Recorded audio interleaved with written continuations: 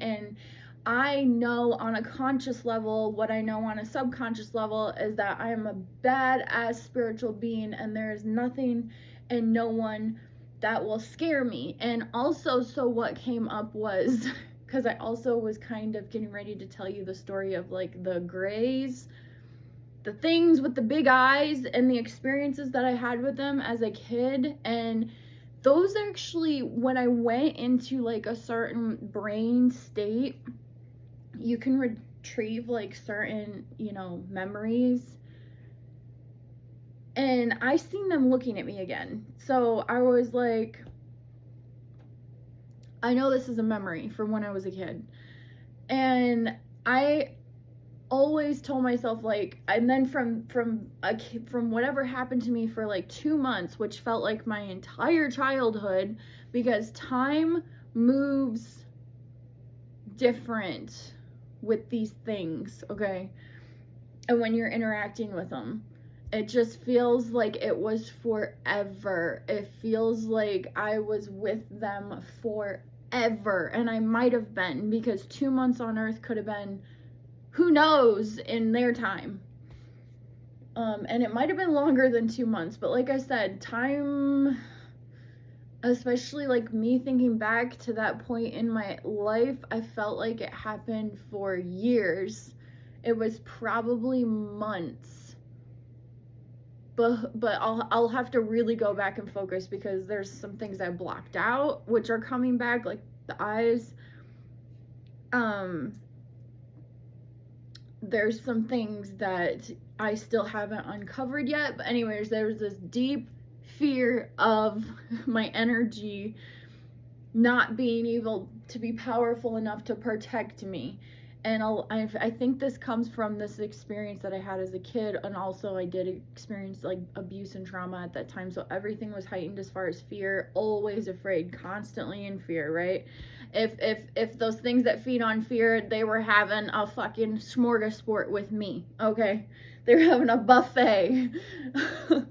And I've been trying to like release, like still to this day, I'm afraid of the dark. I sleep with the lights on, like there has to be a light on. Every time I try to like face that fear on my own, or like go and in the dark or whatever and experience like things.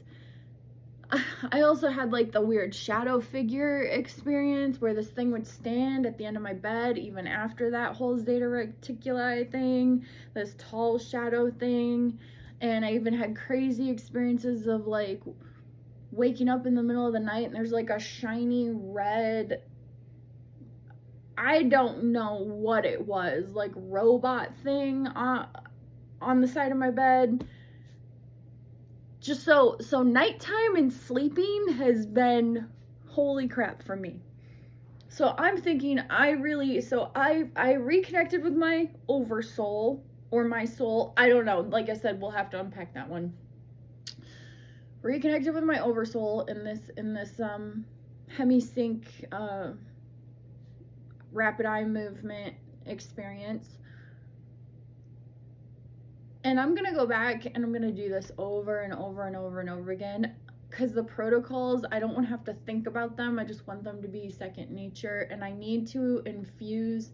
I'm infusing, so this is what happens when you're like building habits and rituals. I'm infusing a belief system and building a belief system around my soul is more powerful than anything else. It will keep me safe. So what did my freaking subconscious mind do? It gave me a freaking nightmare of being a tiny woman that and I did kill the one guy. Like I slit his throat and got away, but then there was a group of them and they caught me and they were like cutting my face with a razor. It was terrible. Okay, it was terrible. And being put in the position of just so much pain that I would have to, or being put in the place in my brain where like they wouldn't cut me anymore if I would listen or do this or whatever. That is like the scariest thing for me. Okay, scariest thing.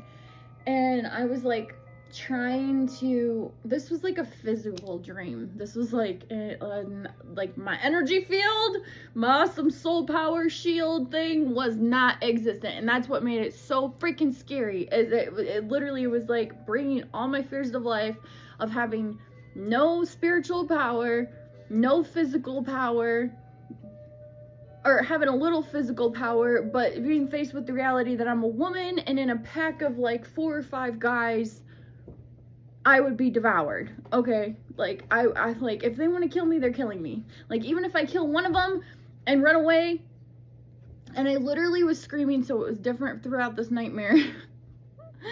And this is why I'm working through this, because I have to work through this, because I'm realizing more and more and more that I might have these like deep-seated fears that I'm really ready to like let go of, but there's a reason they were there. Like the experience happened, the whatever happened of these deep fears, and I'm building this new belief around my aura and my soul and my energetic system that it is so powerful that like nothing can freaking touch me. And I used to have dreams like that, where I would be like this freaking levitating like force field and nothing would touch me. So to have a dream where I was totally mortal and didn't have any energetic interaction and was just literally running for my life, trying to save my life, and felt powerless was terrible. Okay, but I know why, because I was trying to face this fear. So whatever happened to me when I was a kid,